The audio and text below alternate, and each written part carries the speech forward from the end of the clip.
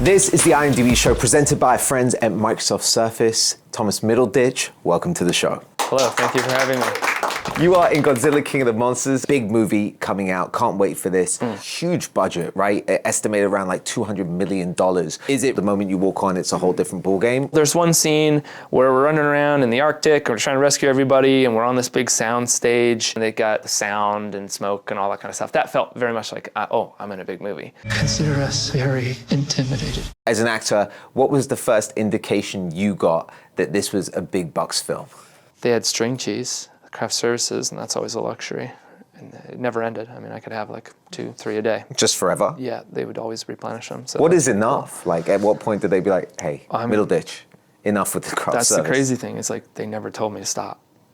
That's how you know you're in a big movie. You That's can how have you know as much it's as you money. want, and they never go, hey, calm down. Can I have a pastry, or are you guys gonna eat them all? A lot of the time, my character spent on the bridge of this ship, and it's a nice, really nice set. And you're flying around, you got the assistant director who is English, and he's going like, okay, there's Godzilla, and then there's Ghidorah, and they fight, and boom! And we're all supposed to go like this. And I was like, I thought this was a big budget movie. I'm jiggling around like it's first gen Star Trek. Are you all right? Yes, I believe no permanent damage was done. Your director, Michael Doty, is a massive self-confessed Godzilla fan. Yes. Right? You knew that very early on. He's got a boner for it. It's official. A big Godzilla boner for Godzilla. Yeah. Colossal. How did you know immediately that he was such a super fan? He just like excitedly showed us previs, which is like the CG before the CG. He's got all these like Godzilla toys everywhere. And you just, as soon as you stepped into his little cove, you're like, oh, this guy's into it. Oh yeah, sure. Let's bring him in for a beer. He really got into the hidden meaning behind the original Godzilla movie. Okay. Its reaction to the atomic bomb. Yeah. Godzilla represents this sort of like unstoppable destructive force to the Japanese. You have your fear, which might become reality.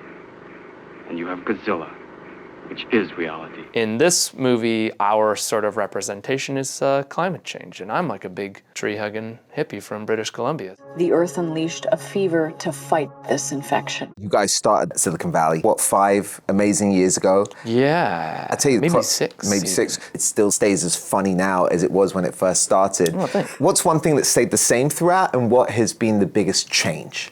Being on sets before and being on other sets during, it's a special situation where you get to go to work and like essentially goof around with your friends all day. You're making a great first impression. Most working environments are like, I get along amicably with people, but usually it's cut and everyone's on their phone, you know, like doing their own thing, right? We all like sit around and grab ass and like, you know, joke around. And that is like very fortunate. If you ever find yourself on a set where that's happening, you should count your lucky stars, because it is rare. So, this is the team. What's changed? Being one of the leads on an HBO show, having it be something that gets nominated and consequently most of the time losing the awards. I am one computational trust issue away from solving this thing. That like is so different from where I was before, where I was just like trying to put a web series or something together, you know? It's just it's a different thing. Well, now I'm filthy stinking rich when this thing gets released to the public.